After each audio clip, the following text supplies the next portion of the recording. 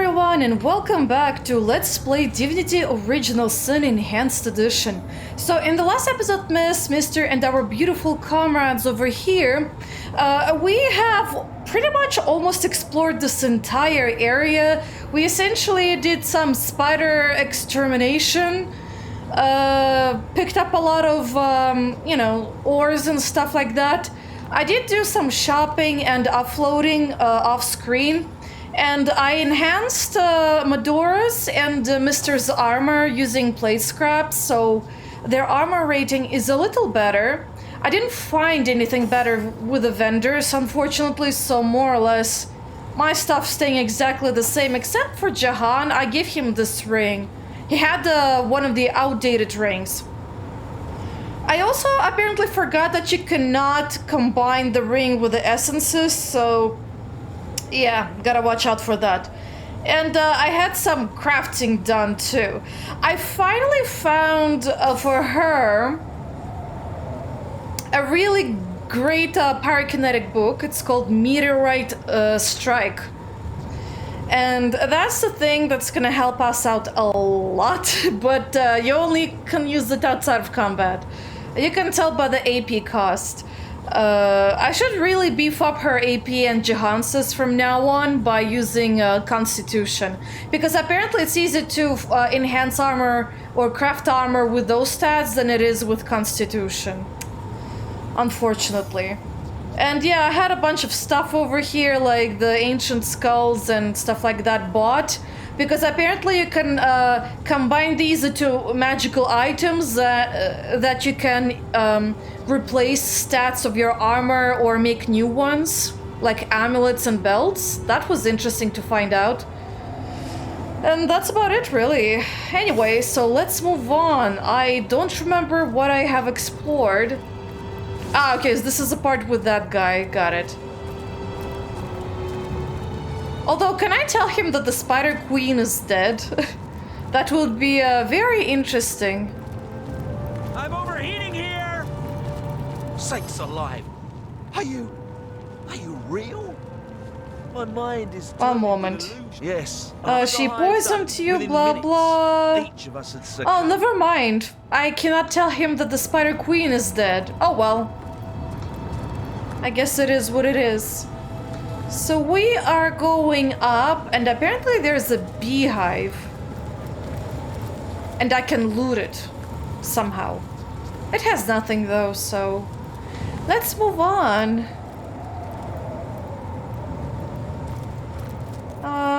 Oh, there's a bunny over there. Lovely. Now, there's a part that leads into... I'm not really sure. We can check it out, why not? Oh, Jahan wants to chat. Gadasha the Bountiful be praised that we have made it out of that hell-sent sandstorm. The hour grows so very late, so very quickly. Pace-slowing impediments such as these will be the death of us should they persist. Care to explain why a little wind gets you all in a huff? I've told you parts of the saga that is my life, Hunter. But I have yet to divulge the true reasons for my haste. Perhaps, at long last, I had better do so. Okay, so we have more exposition with Jahan. Tell me about your history. So I shall. I'll be honest with you, I do not remember what we have talked at all.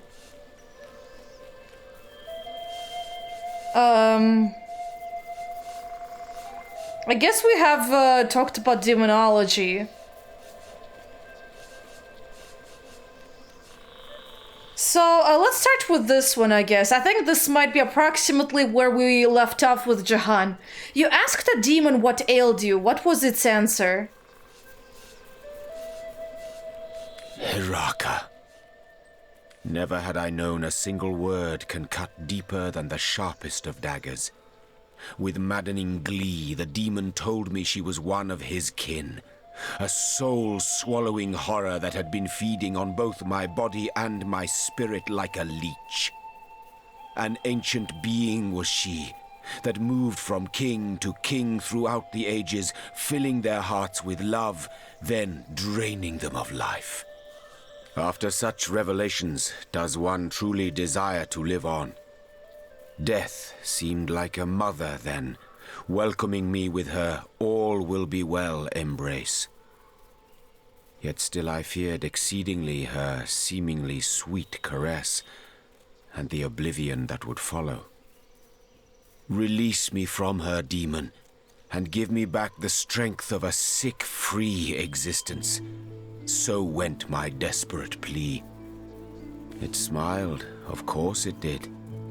Smiled bare 100 razors as its eyes came alight with infernal fire. 1,000 years I will give you, it whispered. But then your soul shall be mine to incarcerate in the depths of hellish nemesis. As for your throne, that I'll have now. What say you, O brittle king? Do you accept my terms? I'm curious to hear about your demon deal. Did you accept? I did. Yes, I hissed, fool that I was. I should have died that day. But instead, I fell into a stupor and awoke in a different realm of Rivellon, bereft of all my wealth, and with my soul betrothed to a demon's debauchery that would be 10 centuries in the making. But it had also kept its promise, that life-seeding obscenity of a creature, for I was my young, my healthy self again. Oh, so you literally were in a different realm altogether, like a different version of Rivellon. Oh, interesting. Maybe that's why we never heard of you. And yet, my bodily convalescence merely betrayed my utter mental degradation. A necromancer and a demonologist I had become.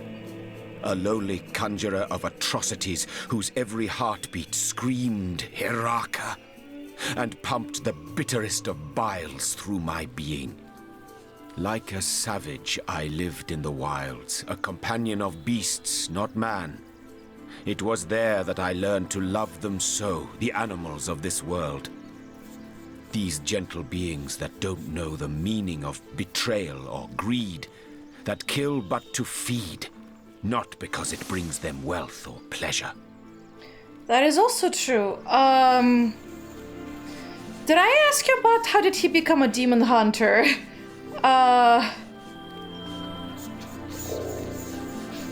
Sure, let's ask. In time, resolve settled within my soul, despite being so irrevocably besieged by dissolution. I decided that I wouldn't accept the shackling of my being so easily. 1,000 years the demon had given me, and 1,000 years I dedicate to pitting my knowledge of demonology against its eponymous creatures. Yes, it is my resolve to kill the thing I summoned, and I have been stalking it for well over 9 centuries. I, hunter, I am nearly 1,000 years old. 25 of them a king, the rest a restless predator. Balberith is the demon's name. If I don't find and slay him before the year is out, my soul will be his to torture eternally. Now you know what drives me. Now you know the reasons for my haste.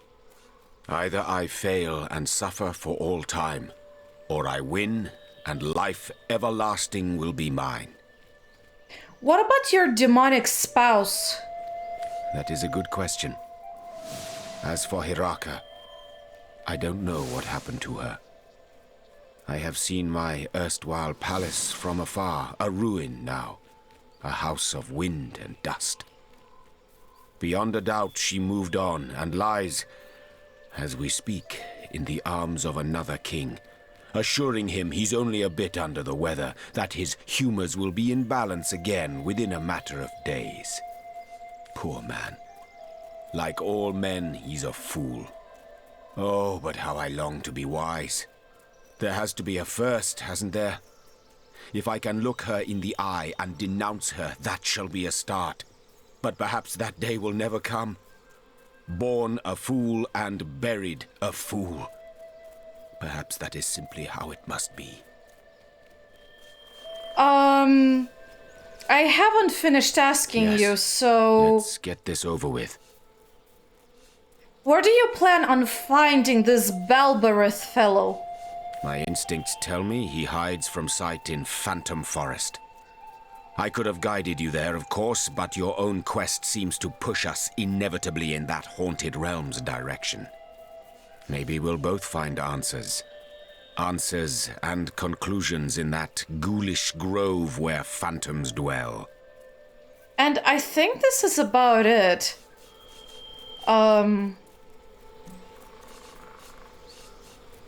I mean, I'm pretty sure all of these things are the same.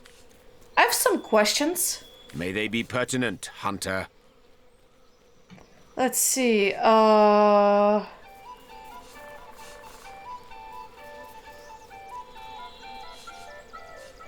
my gosh, there's so many of the stuff in here, I don't know where to start. So, let's see, what did we covered?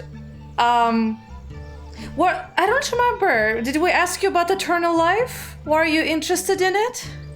Because once I beheld the salivating jaws of death bite and gnaw in eager anticipation of my inevitable consumption. As you know, a sickness pushed me ever closer towards their reach. I found a cure, of sorts. For no demon deal is a true cure, and even 1,000 years seem to last but a blink when they're drawing to a close.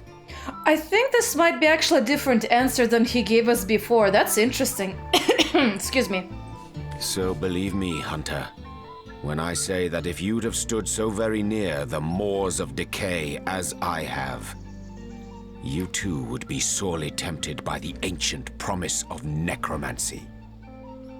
I mean, we can ask about the imps, but I think that actually might be the same. But you really seem to dislike them, don't you? I do, for they have demon blood running through their scoundrelly veins. Admittedly, unlike true demons, it is not impossible for an imp to be kind and mean it, to have intentions other than vile. But nevertheless, these scamps are never to be trusted. Their volatility is not only highly annoying, in all too many situations it can be lethal. Okay, so I think that is actually different. Why, in your opinion, do we see so much so-called amateur necromancy around here? Oh, it doesn't just happen around here. It happens everywhere. And that is because those who perform feats of necromancy don't know their history. They are like the followers of ancient holy men that distort their examples' teachings with newfangled and perverted practices. What was art has become artifice.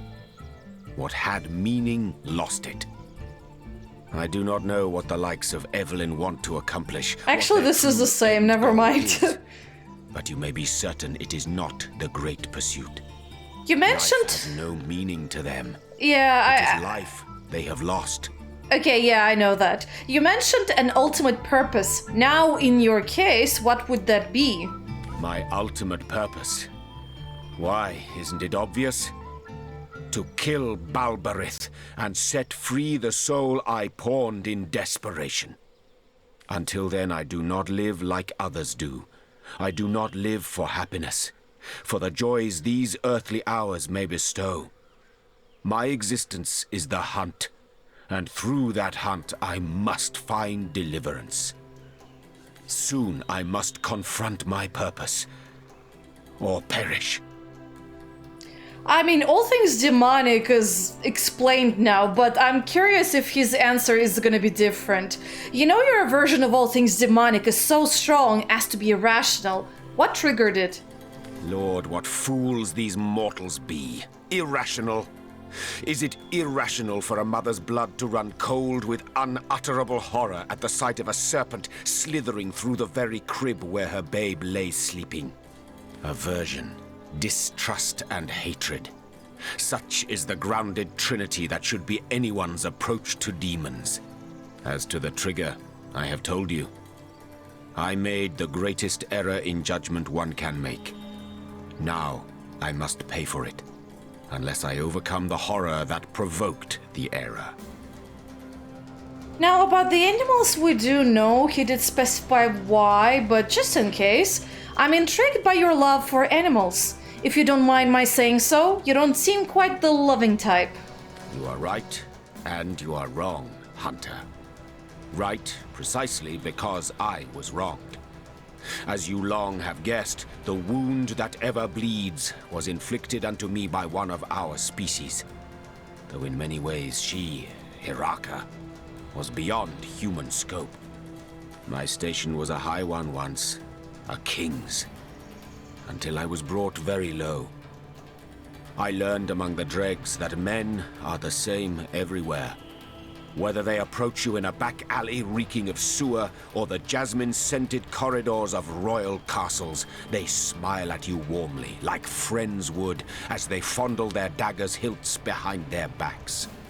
You are right that I lost affection, but I found it again among the beasts, among the stray cats and street dogs with whom I shared my all too meager meals. Over time, the deer of the forest no longer fled when I approached. Birds would gladly perch upon my hand and eat from my palm. I found among them a serenity unseen amid humanity. There you are wrong, because for them, I harbor a vivid love indeed. Something you said struck me. Why would you welcome a reminder that you are but human? Don't endeavor to read too much into all of my remarks, Hunter. I may remain a closed book in many respects, but that is simply because I am not one to bear the pages of his soul, even though I've confided much in you. Still, fear not, for indeed I am but human. It is my experiences in this life, so otherworldly sometimes, so phantasmagorical, that sometimes make me forget I was once but child, that once I learned, that once I loved, that once I did not lead the existence of a demon-obsessed predator. I think it is the longevity of it all. So many ages it has been. So now I'm curious, where are you from? I am not from any place anymore. I go where my quest leads me. Besides, the name would mean nothing to you. The glorious city in the glorious kingdom where I was born. I remember them well, the sandstone castles, hued like the very sun that batters their battlements without rest. I can see them still. The fountained gardens and halls of pearl-colored marble inlaid with gemstones set in shapes of plants and beasts. Yes, I can see them still, though when I try to focus on their details, like mirages they dissolve upon approach. Time, it frays the foundations of memory. And I believe these two are going to be exactly the same, so I'm probably going to skip over. You've been searching for Balbereth for centuries, but how do you even know he resides upon this world? An astute question. The answer is that I can feel his corruption, and I can feel we're getting closer. When one has struck a deal with a demon, the villain gets under your skin, becomes part of you. Like a worm he is, ceaselessly slithering through my veins. Balbereth is ever present, but his presence will one day give him away. That I am hunting him is the last thing the cur will be expecting. Let his complacency be the death of him. And I think that's about it in terms of what we can chat with Jahan. I'll take my leave. And so let the hunt continue. Oh boy. What a life it is that Jahan has led. Like listening to a great tragedy. A tragedy that is about to come to an end. Let's see, if that is how it must be, so be it. Jahan must reap what he has sown. To an end, yes, a tragedy no longer. There's time yet to slay that demon and save Jahan. Well, to be honest, yes, there is time to save him. To an end, yes. A tragedy no longer. There's time yet to slay that demon and save Jehan. We can say, perhaps, though I'm in no particular hurry, if Jehan has made his bed with demons, he may well have lie in it. Indeed, Balberth be damned, Jehan has source hunters by his side now. And you know what, let's be more optimistic about it, shall we? I'm pretty sure he had 1,000 years to actually repay for whatever sins he may have committed so far. I mean, 1,000 years is a really long time. Indeed. Balberth be damned. Jehan has source hunters by his side now. And we're forgiving, yay! Now, we're gonna leave this little area and... Oh, there's a camp over here. Let's see. There was also a rabbit, I swear.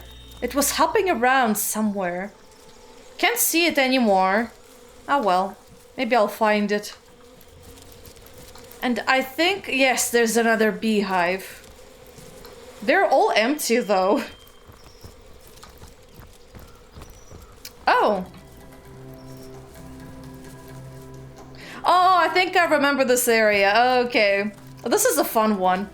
Also, hi there. Now sing the story of Astarte. What creature are you, I wonder? Of the source. Oh, how mighty, yet oh, how fallen. Astarte was born of the Godflower soon after the coming of light. She shot up like a weed, and within a week of her birth, Source had formed inside her. A strange thing happened then, and everything that lived felt better. Strange, yes, dear listener, but it was as true as it was simple. Stronger were they made by Source. Faster were they made by Source. They glowed in health, and they felt in joy. Astarte thus was loved. Man came then, and he grew knowing only Astarte's love, the many ways to give it and receive it. It was a love affair for the ages, existence and Astarte. Source sang through every fiber of life, and life revered Source in kind. But like all love affairs, it was soon spotted by doom, and its days were quickly numbered on doom's dreadful fingers. In time, as must everyone, Astarte faltered. How she fell and why we know not, but we know that suddenly Source was changed. Those who would heal had to kill to do it. Those who attempted to meditate upon Source, those who would once commune with the goddess, went mad. Where did the goddess go? Only the divines know. Her temples alone remain, her temples and the sick Source that plagues us now. Oh, how mighty, oh, how fallen. And that's one of the many stories he talks around over here. Or rather, he tells. Oh, it is such a wonderful tale. Almost as lovely as the story of Sam and Maxine. Hey, how did that spread around? It happened that long time ago. For the first time in my life, I'm not even a little bored. Who's to say I'm not a great storyteller? You should hear about the time I convinced an entire realm of loonies to make chocolates in my likeness every year. Aha, you're talking about us, don't you? But would you Or have rather, I guessed guess, he was once a wee tot? I mean, it's not really that common in the Russian culture to make chocolate bunnies or something like that, at least for a holiday.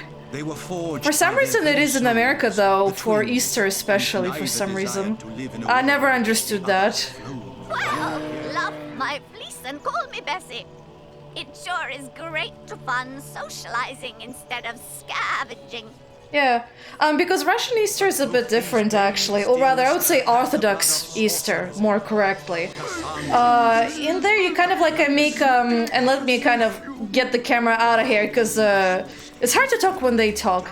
But like in Russian Easter, what they do is we boil eggs, we tend to have like we either color them, or we make like special wraps that upon, I guess like it kind of like forms around the egg, or rather shapes around the egg as you boil it, or something like that, or just, you know, like some application of heat is needed to make sure that it conforms to the egg shape. And they usually tend to have imagery related, you know, to Christ, religion, Orthodox religion, saints, etc. But they look really nice when you do make them. And it's also popular to color the eggs using natural means, not dyes, but for example, like beetroot, or rather beets, sorry, my bad, beets, is one common way you can color the eggs. Shells of an onion too, actually, you can make really interesting shapes. And herbs. And when you combine the herbs with the onion shell give the color, but the herbs and the leaves, they create the interesting shapes. Kind of like how, you know, how luminosity is used in graphic design, or, you know, other stuff like that, lightness, darkness, to sort of like define where the dark or lighter areas are going to be imprinted on the egg. And stuff like that, basically. And then there's this thing, it's kind of similar to the Italian, what is it called, panettone? That they usually make for Christmas. We make something like that, but for Easter. It's pretty good, though. It's pretty tasty. It has a glaze and everything. It comes with a raisin, but you know what? It's not so bad. We make it pretty nice and sweet. And stuff like that. And that's usually what our Easter is. Look at us.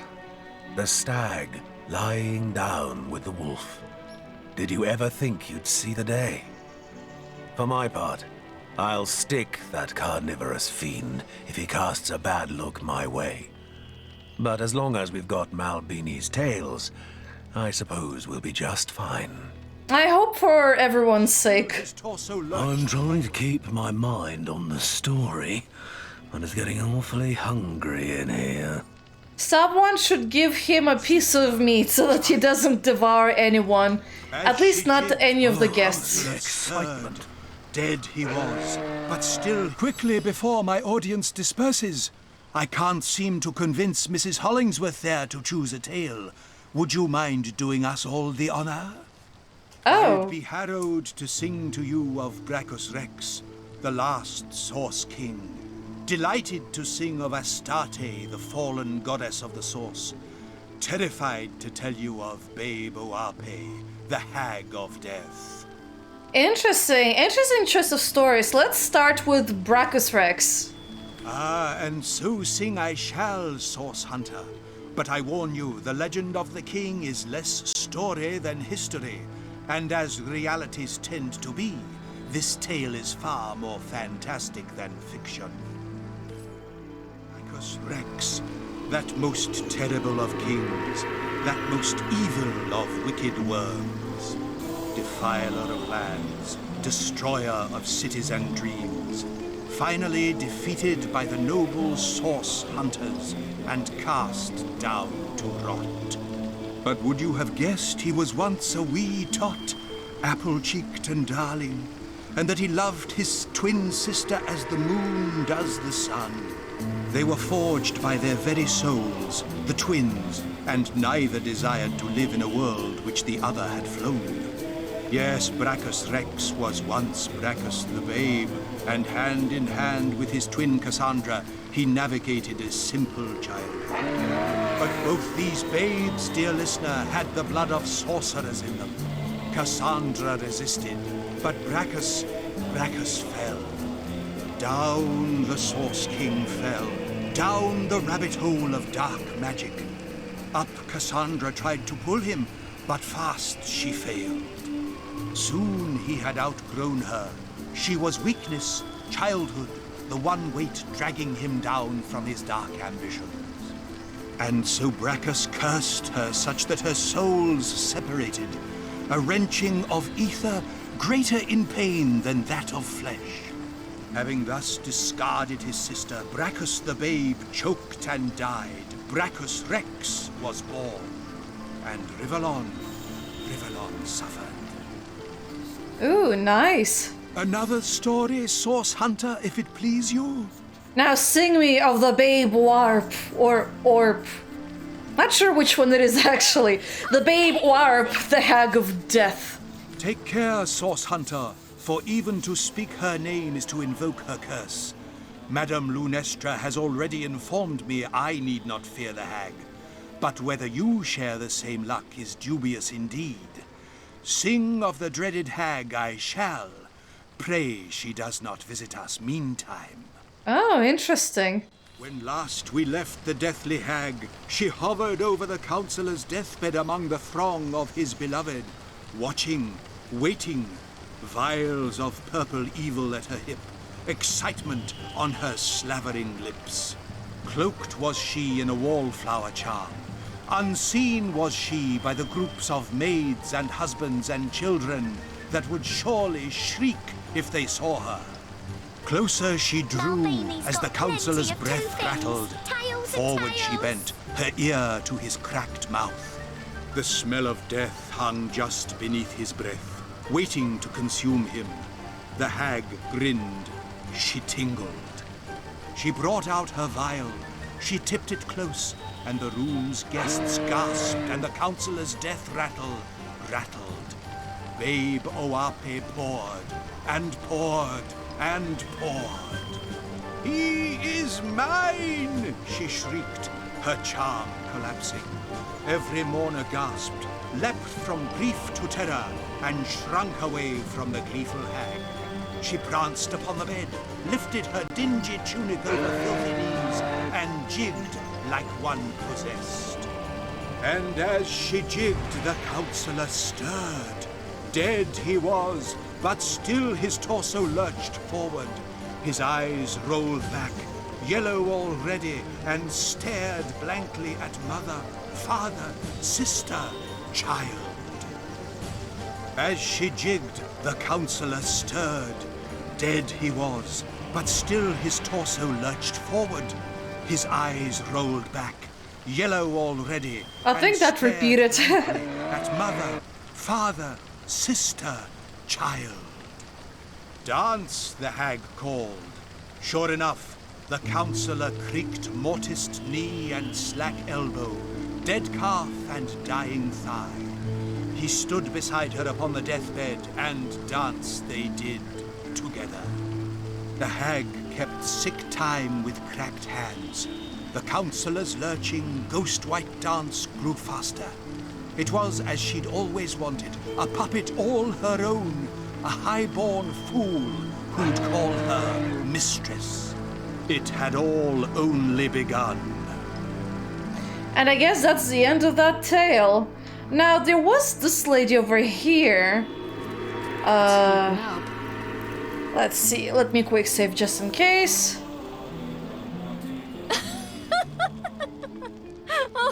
Oh, very sorry. I shouldn't laugh. It's just next God's Day is going to be very eventful for the likes of you. You profess to see the future? Well, first of all, tell me about yourself. I'll have roasted rabbit for supper next week. My firstborn, Charlio, will arrive on a clear-skied afternoon, and in 7 years' time, I'll inherit a pouch of gold as big as a dragon's egg. All this assuming, of course, you do not fail in your mission. My mission? What do you know about that? Well, certainly not the whole story, if I'm perfectly honest. A rare event, indeed. Some threads are missing from this particular cat's cradle, but I've worked out the major details. It seems, Source Hunter, that the fate of all of us mere mortals rests squarely in your hands. That's a rather grand statement. The truth is a grande dame, Source Hunter. I'm sure your jumpy, impish friend would quite agree with me on that point. Interesting, yeah, so she does see a lot. Okay, so she can see zigzags, I guess. Let's see, you profess to see the future. Profess? Hardly. Who can stand those dried-up old windbags with their podiums and their gavels and their big curly wigs? Wait, what were we talking about? Ah, yes, Source Hunter. I do not profess to see the future. I simply do. I am the knower of secrets, the conveyor of fates, and have been since the age of 2. A clairvoyant, are you? I'd like to hear a secret if you have any. And I'd like the voices in my head to quit their mewling, but they insist to me as I'll insist to you. Money talks.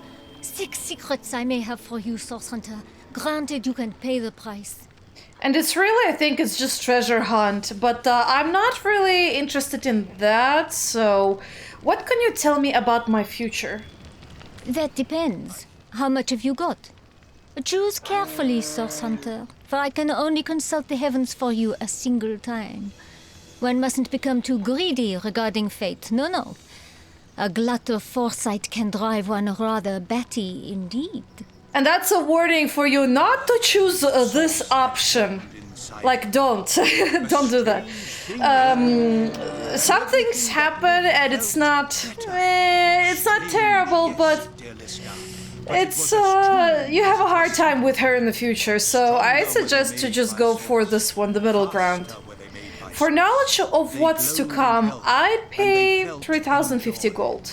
Ah, I see you place no small value on the opinions of the stars. Very well. Let us see what the cosmos have in store for you, Source Hunter. I see that your journey will stand still until you find 2 crucially important relics. A certain arcane spell and a small vial. Even if you stand at the precipice of victory, you will fail if you have not won these relics. Well, I do have Leander's spell about the Death Knights, but a small vial, eh? That's good to know. The vial is rather well hidden, yes, but I see books around it, and a devoted protector. A cruel man, yes. Even now, I see him undoing innocent lives. Oh, his laugh chills my very spine. But it is he you must defeat if you are to take what you seek. And that sounds like the Immaculate Library, maybe, perhaps. That might be a bit of a stretch, but she did see books, so... The Immaculate Library? Perhaps? The one that Ikara mentioned? The spell I see within a damp and sullen place. I hear the sound of pickaxes and the rumble of carts. Yeah, we do have the spell. We got it, so no worries about that. Okay, thank you for verifying that I assumed the correct thing. And you can trade with her, but what in the world am I gonna trade with her? Nothing, really. If you meet any wanderers, send them our way, won't you? My priceless collection of lifelike ceramic infants won't grow itself, you know. Lifelike ceramic infants. That is rather... apple-cheeked and darling. And that he Think she'll loved see his it coming if I twin sister slap her as the upside her moon empty does the head? sun. Will you They were if I forged slap by their yours? very souls, the twins, and neither and now the last person of interest is Kirill, which is, to all of you who don't know, Kirill Pokrovsky was the composer for this game and the previous Divinity series. I think he died during the development of this game, so a lot of soundtracks you may have heard in the past games, and they included the character for him. down the rabbit hole of time. Do you hear it, friend? The forest music hums, buzzes, falls and rises like waves, like starlight through the atmosphere. Imagination, friend. It's imagination that transforms this music into the surreal. Perhaps my music can help you unlock your dreams. Perhaps one of my compositions could add some modicum of joy to your life. I'd be so happy to share this gift with you. If it please you, select something from my catalogue. Let's see, I know some of these. Let's try this one, the Song of Completed Beginnings. A fine selection, dearest friend. May we now share this sacred hymn together.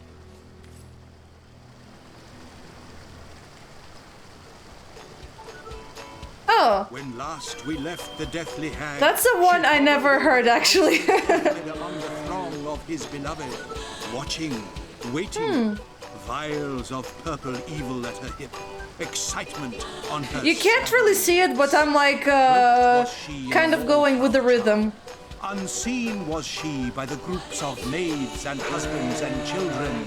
Huh. Would surely shriek if they saw her. Interesting. What about the others? Perhaps more music can help you. Oh, may its cadence bolster and soothe you, my friend. The Dragon Slayer, I think, or the Dragon Hung just beneath something. his bed, waiting to consume him. Ah, that The one. hag grinned. She tingled. That one, yeah. We hear it a lot during combat. Perhaps more music. The can Dragon help you Scourge. unlock your dreams. Perhaps one of my. Also, I think the compositions Dragon could add some Scourge, modicum if of I joy to remember your life. correctly. I'd be so happy Oh to my share god. this I gift have with to you. finish If him. it please you, select something from my catalogue. Yeah. Anyway, I think the Dragon Scourge was originally from the Dragonite Saga and the Immortal Throne. Those are the games I did play a really long time ago. It's actually on the channel if you want to check it out, but yeah, I don't like those earlier Let's Plays I did. They were just terrible. My god. Let's try the Spirit of Broken Valley, which I definitely know is from Dragonite Saga. Oh, however did you know? This piece makes my spirit soar as high as the gods. Let's have a listen, shall we? But still his torso lurched forward. His eyes rolled back, yellow already, and stared. Oh, it's a bit different actually than the original. Father, sister, Slightly. dance, the hag called. A slightly different Counselor creaked play of the his instruments. and slack elbow. Like, for some reason, a little softer than the original that I remembered. Upon the deathbed, and dance they did together. The hag. Yeah, very different. The rhythm is the same, just the instrumental. Ghost white dance. I don't know if the music speak, but like as she'd always wanted. A puppet the actual of her own, a high which instruments they chose to perform. I guess that's mistress. a way to phrase it. It had all Perhaps owned more music can help you. The unlock goddess your in dreams. chains. Well chosen, dear friend. I can see your spirit was drawn quite adamantly to this particular piece.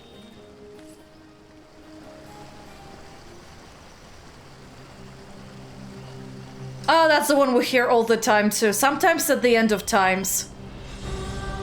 Perhaps more music. The can help divine you unlock cometh. your dream. A portentous melody, yes. Listen closely, and perhaps you'll see your own future within its fugues. flower soon after the coming of light. She shot up like a weed, and within a week of her birth, Source had formed inside her. A strange thing happened then, and everything. Did we hear that one somewhere? I don't remember. Strange, yes, dear listener. It sounds familiar, But so it maybe was we as have. true as it was simple. Stronger were they made by Source. Faster were they made by Source. They glowed in health. It sounds kind and of they serene, felt but a little haunting. Astarte thus. Hard to hear with this guy though. He's very loud. And he grew knowing only Astarte's That's about love, it, I the think. many ways to give it and receive it. It was a love So yeah, existence and Astarte. I don't know if you're curious about it or not, but I personally like the composer, Kirill Pokrovsky. But I will, and if I remember correctly, I think he also used to be in a rock band, in a Russian rock band called Aria, somewhere like pre-2000s, I think. Which was an interesting thing that I never ever knew before. And this is and actually, if you're curious about rock music and Russian rock in general, that's a really good band. Personally, my favorite band, even with their new vocalists. The lyrics are just meaningful in a lot of their compositions, and a little bit of a different style than a lot of the English ones. Oh, huh. Yeah, I think I'm a little too early for this area, maybe. I don't know if I should go in there or not. Yeah, I don't know yet, so we'll see. And apparently there's a way shrine over here. The Immaculate Cathedral. Well, now I know where I need to go to find that library. But yeah, just something to let you know is, if you're curious about the composer, a little bit of his background. Well, I'm pilfering all of these decaying mounds and stuff, I guess. What's over here? A lot of mushrooms, and good for us because we... Wait for me, yeah! We're all slow, so no worries. And... yeah, that's about... Oh, did I... Oh, I've never been here? Oh, it seems like I have not. Well, to be honest, it's not terrible even if I miss. It doesn't seem to be like there's anything over here. It just leads back to the lava area. Anyway, so we gotta go... Actually, not this way. This way. By the way, you can totally teleport across back and forth between these two places, which does net you closer to the cathedral. However, this might look familiar because from Loic's office, this is where you would have popped in, somewhere in this spiral. And then you could have just walked your way through here. Like, boom, like that. And then there's a sacred stone. I forgot what that is, probably for the hidden Immaculate Village. I assume that's where it is because the cathedral is very close. Anyway. So this is pretty much a dead end unless you use teleportation magic. Which I don't really want to use because I do want to explore the areas over here. Now there is the Goblin Village teleporting shrine, and the village I think is right over here too. We can go like that, we can go like that. And also there should be a cave, supposedly. You remember the Goblin Shaman visits a cave? We were told by the I don't know what the creature is, but the one who asked us to kill his goblin master. Yeah, that one. Anything I should be worried over here? Well, so far there's a tree stump. Or rather a tree trunk. Oh, there's a camp. Of some kind.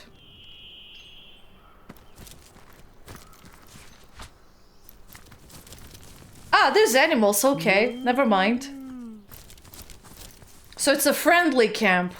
Well, good to know. Good to know. Get your floppy ass back here. Okay, let's see. Let's read it. Not much. I guess I can sell it instead. Baking like a cake. Oh, you have an interesting assortment of animals over here, Roy. Staying there ruminating. Let's go, mates. That's a interesting way of speaking. Sup, mate? Who are you, Sir Rabbit? I'm Timford, mate. Badass buck. Wood. Okay. Silver Glen can't be far away now, can it?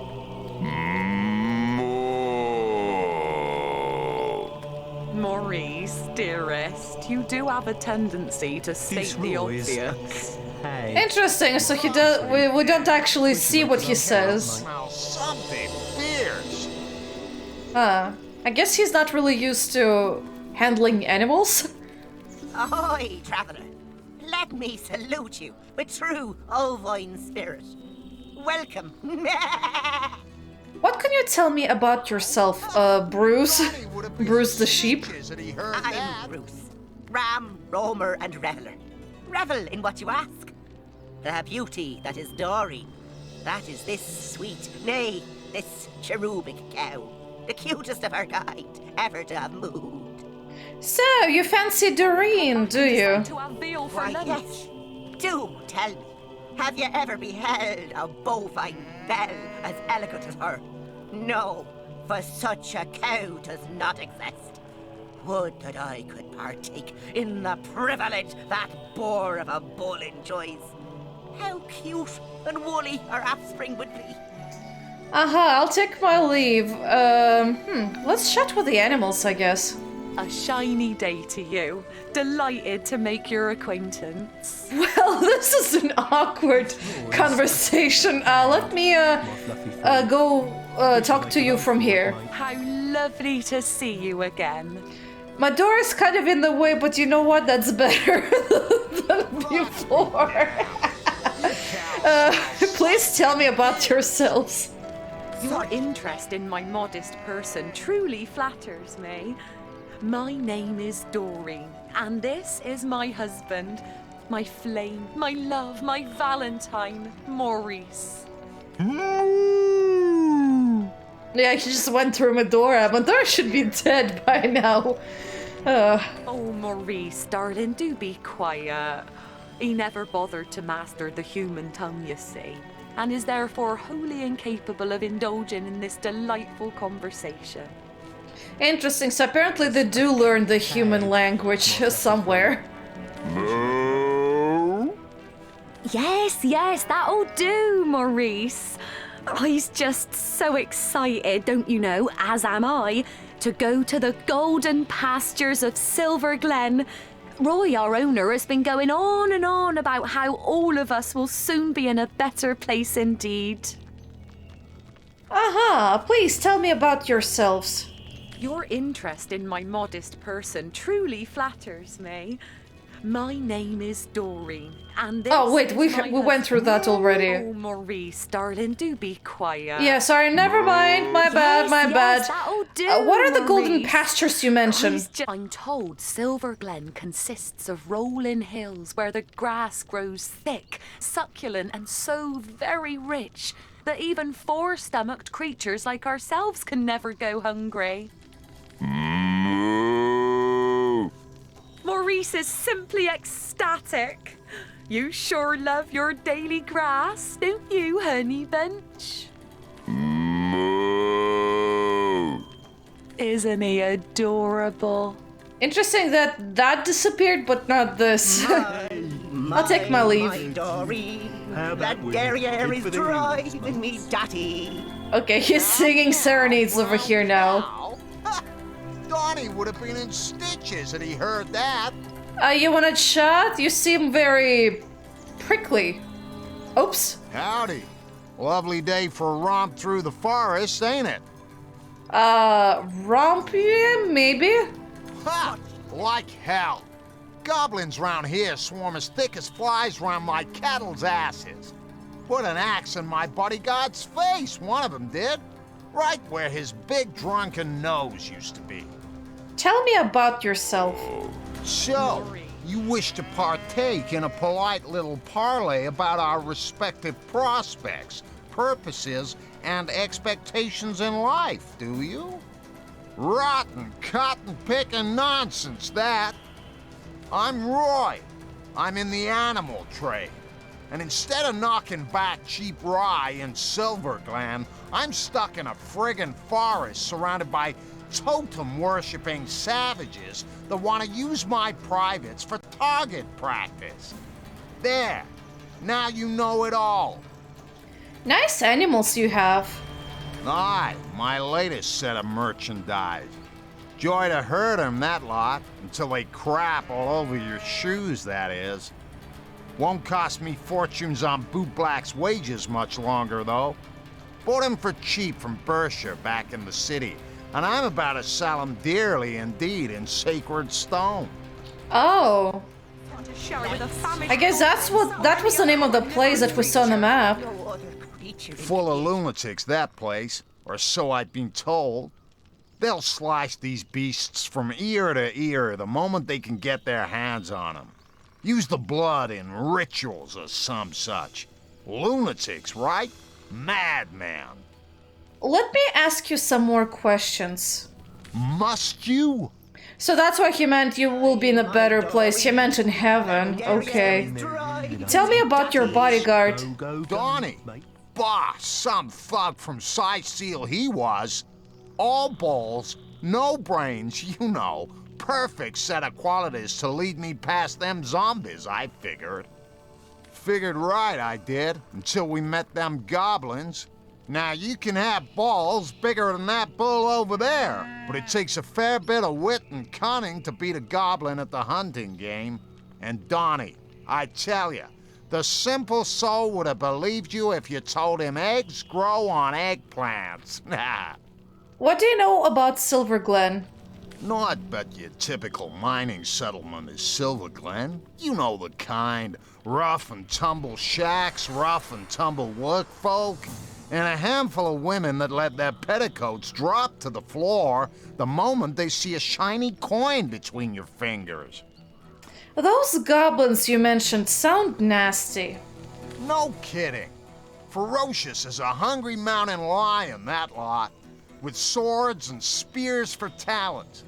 Donnie and I must have adventured too far north. I'm just gonna hang low until I can no longer smell them, and then I'll make a dash for it. Without an escort this time. Perhaps you need an escort out of here? Oh, you'll provide protection, will ya? Be my paladin, my knight in shining armor. Like hell you will. You with your fancy weapons and armor, you rattle like a gypsy's wagon. Every damned goblin between here and the friggin' moon'll hear us coming. No, I'll get out of here soon enough by my god's damn self. You do realize the animals make far more noise than I do, right? I guess he does not.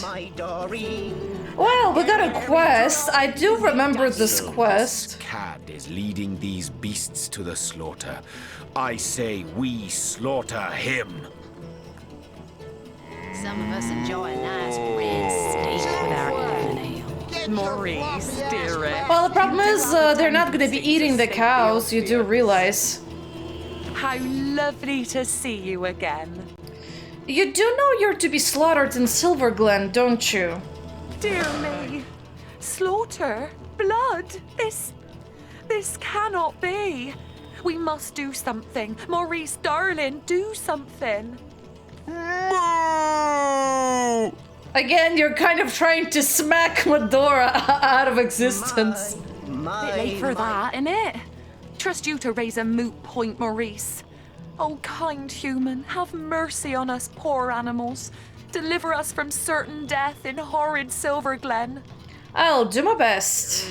You lovebird, you. One How moment. about we head for the hills, mates? You have my welcome. Now give it back and scarp her. Okay, these animals are destined to be slaughtered. Hadn't you rather release them? What? You're soft of heart, are you? The poor dears shouldn't be killed. I should just give up on the gold they'll fetch me. Well, say no more.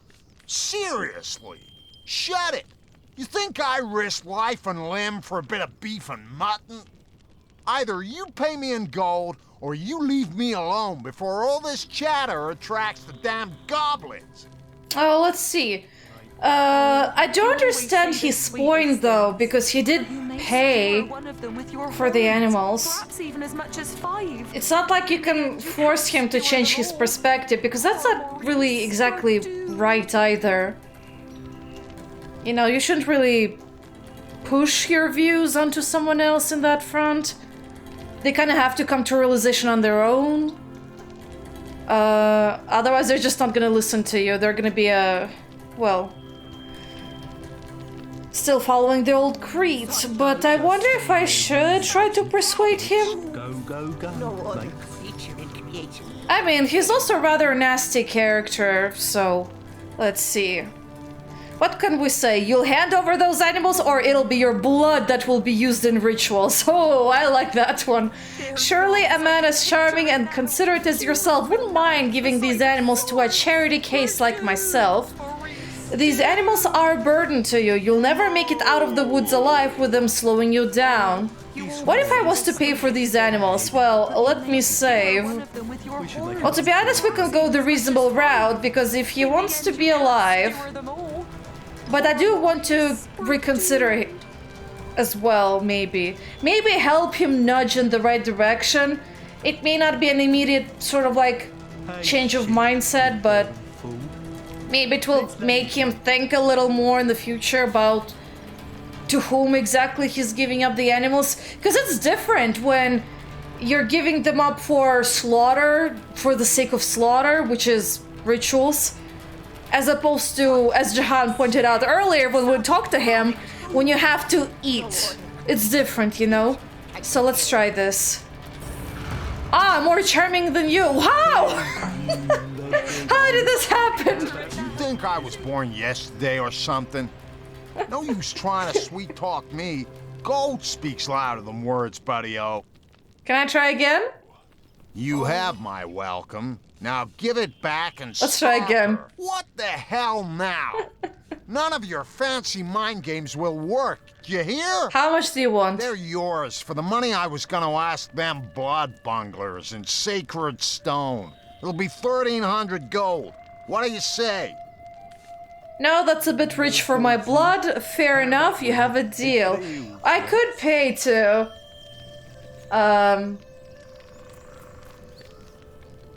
You know what, sure, you did pay the money to get them.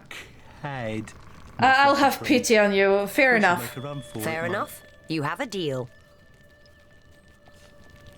We have a deal, so let us seal it. Here's your gold. Wonderful. Yes, come hand me that gold. Give it here, give it here. Yes, ha ha! They're yours now, and I'm legging it back to Sicil. She'll repay this kindness. By my tail, I swear it. Hey, you lovebirds, you. How about we head for the hills, mates? Okay, so let me save. The hero of the hour, nay, the century. How agreeable it is to gaze upon you. You're free from Roy. You're safe. My champion, I am in your debt. Maurice and I are infinitely grateful. May neither thine horns nor thine udders ever wither. Moo? Well said, my dear Maurice. Well spoken indeed. But what shall we do next? We can hardly travel with you, now can we, kind hero? And that's true. Perhaps we could seek those legendary pastures that nasty creature other Roy described. They may well be real, for a man such as he hasn't the imagination to dream up such a lovely place. Though perhaps it is safer and more convenient simply to return to Sicil. Well, to be honest, those pastures probably exist somewhere. I don't know where, but you're free to go look for yourself. I mean, I'm not the one who determines your own fate. You do. It could be danger, but you never know what's beyond the mountains and everything. Maybe it's actually something adventurous, really. You know what? Follow your dream. I say seek those pastures. Follow your dream, I say. Seek those pastures. Agreed, may you find your paradise. Did we save them from slaughter only to perish? They should go to Sicil to safety. I don't know where they're gonna perish. They can perish in Sicil too. I mean, there's no guarantee. So you know what? Go, follow your dreams. Maybe it will be an interesting adventure for all of you guys. Agreed. May you find your paradise. Yes, I had hoped you would say that. Oh, this is dizzyingly exciting. Maurice Dumpling, let us embark on a thrilling adventure forthwith. Go where you'll want, but I'm not interested. Laters. Ah, so he went his own way. Interesting. Well, that was this quest. Oh well. I parted with my gold, but you know what?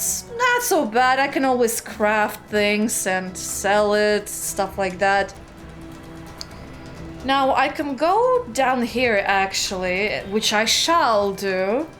And, oh, looky here! There are some interesting things going on. Oh my. Oh my goodness. Why are there slime? Oh, well, I found Archibald the Troll. Did we hear about you somewhere a long time ago? Something in relevance to the Troll King. And also, you got the mini you over here, Amadeus. Okay, let me save.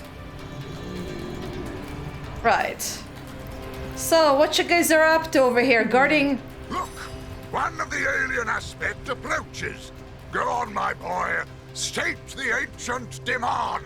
Okay, so you're like the... Oh, you sound very educated.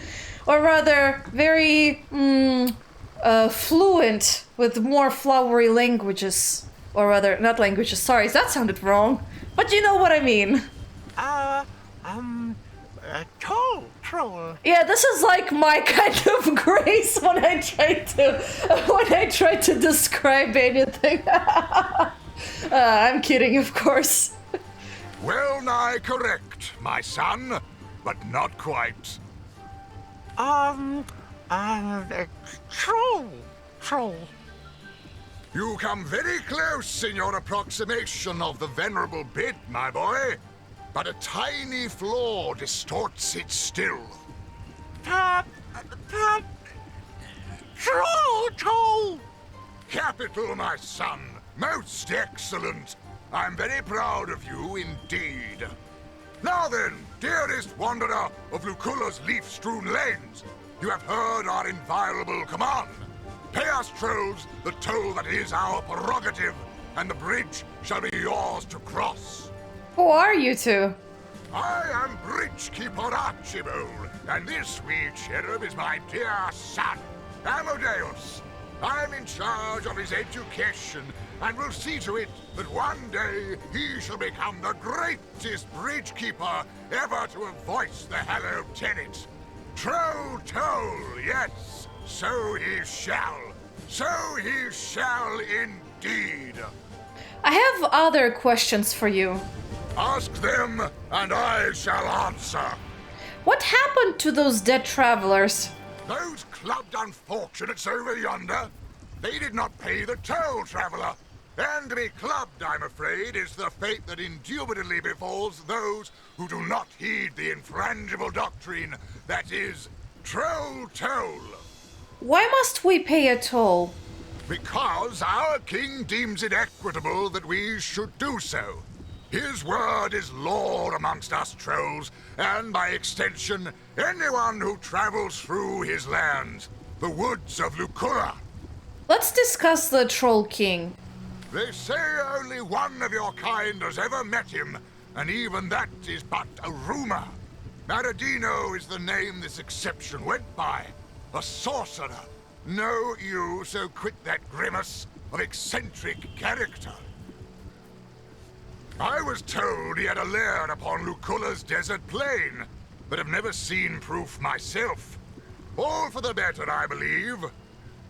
For should he have stood in the presence of the king, his presence would have been snuffed decisively and brutally. Bang! With a bang indeed, Amadeus. Well, thank you for tipping me off about the secret lair. I did not explore a part after the passing through the Spider Queen. It's like the lower paths, right? When you try to go eastward. And if I remember correctly from my previous playthroughs, it should be somewhere nearby. Anyway, let's discuss the toll. Now then, my boy.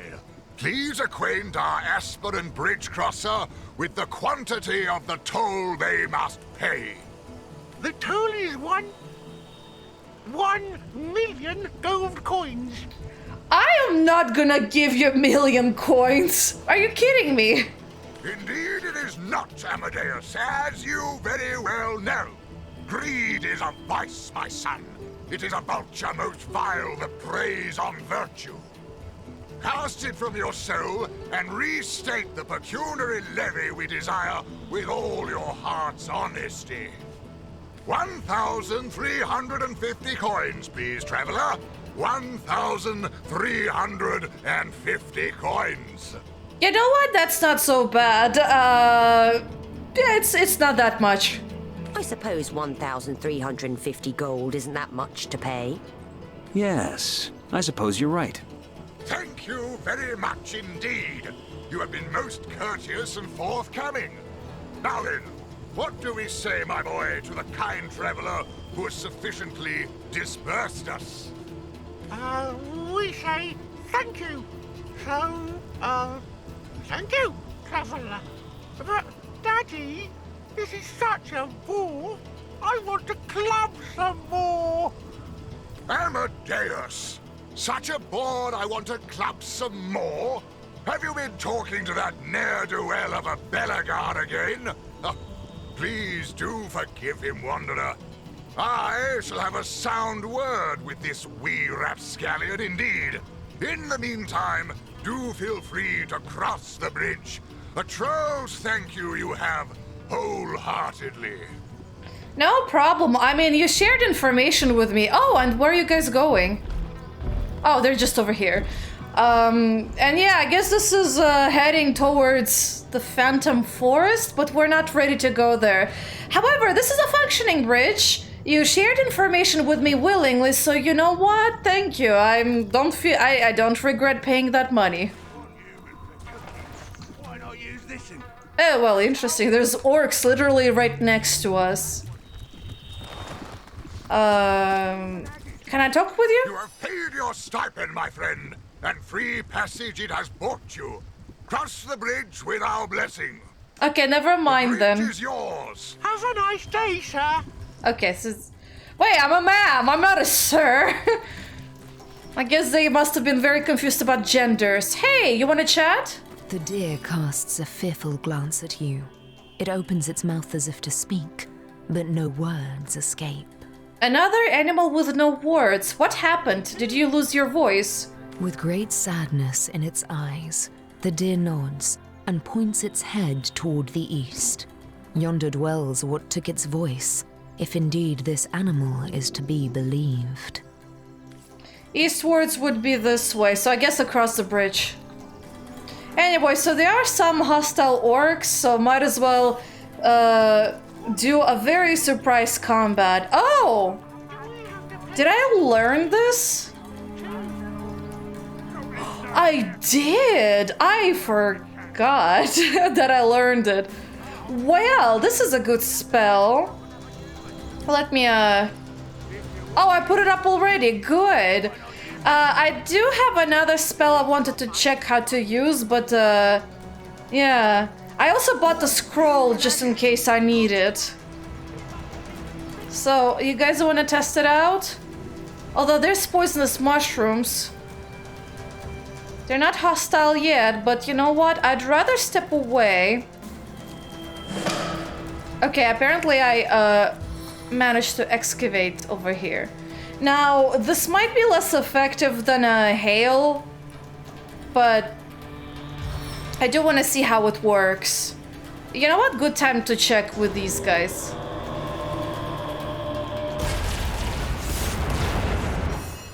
Look at them. They got stunned pretty badly. That guy is untouched. I noticed that neutrals don't get damaged by the lightning storm. And they're all stunned, so that's good for me. And now we have an earthquake. Fantastic. Now, what I wanna do is get my power stance. I shall move 1 point forward.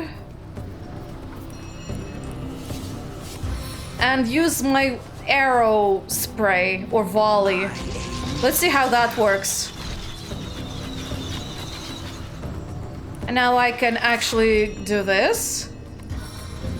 I need 1 more point. Too far away. And his shield, so that's fine. Now for Medora, she doesn't have that kind of master level spell. Oh, whoa, whoa, whoa, whoa, whoa. Somebody died. He died. That guy is about to be dead. I do need adrenaline to step closer to actually target him. And there you go. Well, that was a fun part, wasn't it? Oh, apparently it still strikes. Interesting. Oh, well, you're safe and sound, my friend. The orcs are gone. Blessed may you be by all 7 gods, dear champion. But for your timely intervention, I would have ended up in either an orcish cauldron or the goblin slave pen, whence these thugs were ordered to march me. How did you end up here? I'm from Hunter's Edge, a hamlet to the east of here. Heed my advice, and stay well away from that pitiable place, for no human may walk there freely anymore. The orcs came in the night, and we stood as much chance as chickens would, locked in a hen house with a pack of starving wolves. Not to mention that our champion Medora had already abandoned us. Those who escaped their initial frenzy, eluded their horrid hunger, were all enslaved. I myself was en route to be sold as a slave to the goblins, but those idiot orcs denied to pay a troll their eternal troll toll. Needless to say, a fight ensued. A fight that brute of a troll won with flying colours. We merry three were the only ones to escape the carnage and taking a bit of a breather. That is to say, the fight had made my orc guardians hungry once more. Had Pudgy Pete survived, it'd have been skinned and chopped by now. Regular devils, these orcs. I have some more questions. Go ahead. Tell me about the goblins. The goblins have been the masters of Silverglen's mines for a while now. Took it by force. From what I hear, the erstwhile miners back in the village have no idea their brethren from Hunter's Edge are being forced to slave in their lost quarry. The more fool them. Do you know more about the mines? Ask me not why it has been the nucleus of such strife, for I haven't the foggiest. In truth, I don't intend to find out either. You have nothing? Well, that's fine. I'll take my leave. Thanks again for freeing me, dear champion. I'll make a dash for it to Size Seal, and hope the undead there have grown sluggish enough for me to slip by. Interesting that he mentioned nothing about Medora, even though she's standing right here. That's, rather interesting, don't you say? Right, please take this. I guess she's taking it? Oh, it's locked. Well, time to lockpick. Come on. There you go. Nothing much. Nothing too impressive. Oh, well, there was a camp chest key. Well, I should have expected it to be here. Ooh, interesting. This is where I was, and on the other side, I guess, is Silver Glen. Well, there's a shrine right over here, actually. And the Goblin Village is right over there, but I don't see a cave, so it must be on the other side. So I should go around and approach from somewhere over here and check whether I can find the so-called cave. Maybe. Interesting, very interesting. Anyway, guys, I'm gonna actually have to end the episode right over here. It was very enlightening, a lot of things to talk about, especially with Jahan. And I'm not sure whether it got into a quest. Ah, yes, it did. We have his quest officially, where we're gonna find forgot the name, Balberith. And the Phantom Force is actually right beyond the bridge over here. It leads to Hunter's Edge and the Phantom's Forest. However, I'm gonna tell you, do not cross the bridge. If this is the first time you play the game, do not cross the bridge. It's gonna cause some changes at the end of time that you absolutely do not want to deal with at the moment. So definitely go through these starting areas over here before you actually go further. Anyway, guys, again, thank you for watching this episode. I know it was a lot of talking, but you know what? I personally like that a little more than combat. I like the balance between the two, personally. And I'm more into storytelling, I guess. This is what the channel primarily aims for, I guess, I would say, in terms of gaming styles. I'm less of a dungeoneering type of person, unless I have to, like in Divinity, because your experience is very much dependent on exploring every single nook and cranny that you can, that your eyes can even reach or see. Anyway, thank you, and I'll see you later. Bye-bye!